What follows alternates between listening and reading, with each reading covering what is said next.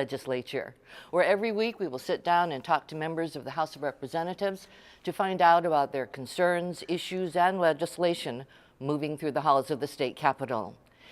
In a couple of days, on Wednesday, the 30th Hawaii State Legislature will convene its 2019 session. Joining us today to talk about what we can expect are House Speaker Scott Saiki and House Majority Leader Della Al-Bilati. Speaker Saiki, let's begin with you. We're just coming off an election. You've got a whole bunch of new legislators that will be joining us in the chamber. What are you looking forward to? Yeah, so this is going to be a great year for the freshmen.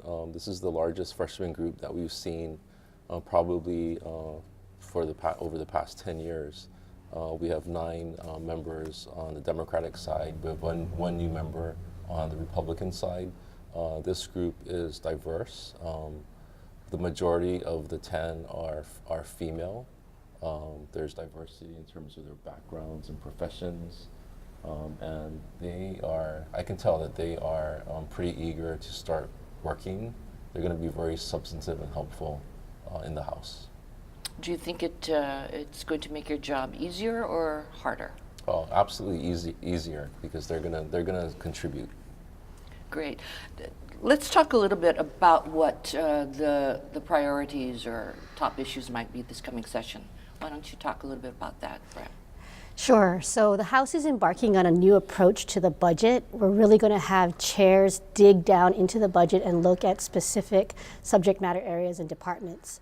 We're going to see a follow-up of the major initiatives that we passed last year in homelessness and affordable housing.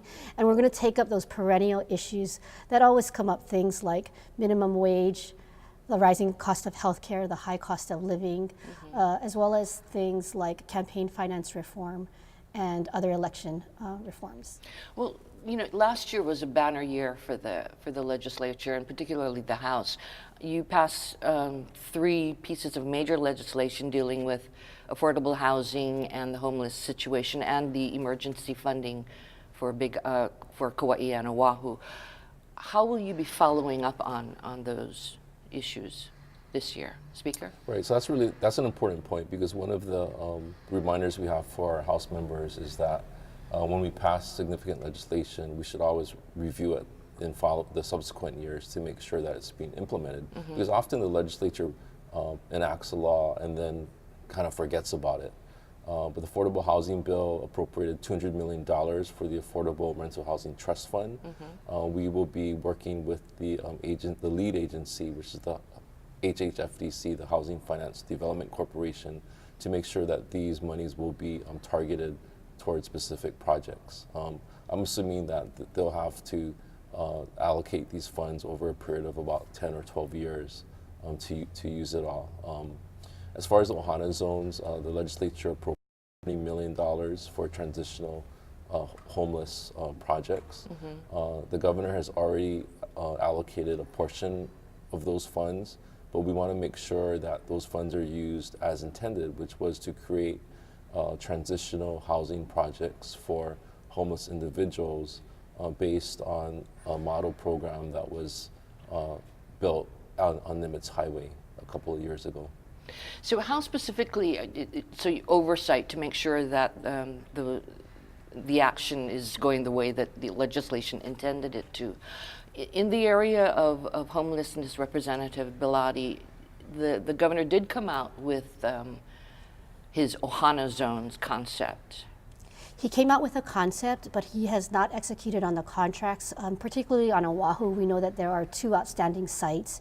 So we really want to see if it's going to be in the model, as Speaker said, along the lines of the project that occurred at Nimitz Highway, which is the Kauaiki villages. We really want these sites to address individual homelessness. We've done a lot and have a lot of progress on addressing families who are experiencing homelessness, but we have to go after those more persistent populations that we see on the street, the chronic homeless, particularly those with severe persistent mental illness and what we know is substance abuse problems. So specifically, what could this mean? Amending some of the laws that we already passed on those issues, or? Well, the Ohana Zone legislation was established as a pilot project. Okay. So we allocated funds for a project within each of the 4 counties. And we just need to make sure that the administration basically builds those projects. Another outstanding question, and legislators from Big Island and Kauai are asking, projects in Ohana zones have not been identified on those islands and in those counties, so we have to follow up on those issues. It would seem then that with this going over to this new budgeting process, that what we are looking for this session is a lot of accountability and transparency on the part of the legislature and on the part of the administration. Right, so as you know, as we all know, sometimes the easier aspect is to enact legislation and to appropriate funds. The real challenge is in executing those programs. And we just want to make sure that when the legislature is very clear on an area that we believe needs to be focused on, that the administration will follow through and execute that policy. Okay, well, it looks like it's going to be a pretty exciting session again. And as I said earlier, the legislature does convene on Wednesday. The members of the public are invited down. We convene at 10 a.m. The doors to the House chamber will open at 9:30 a.m. Parking will be limited, so carpool, Uber, Lyft, or just stay at home in your pajamas and watch the opening sessions on Olelo on Channel 49. Until next week, it's great to be back again, and we will see you. Aloha.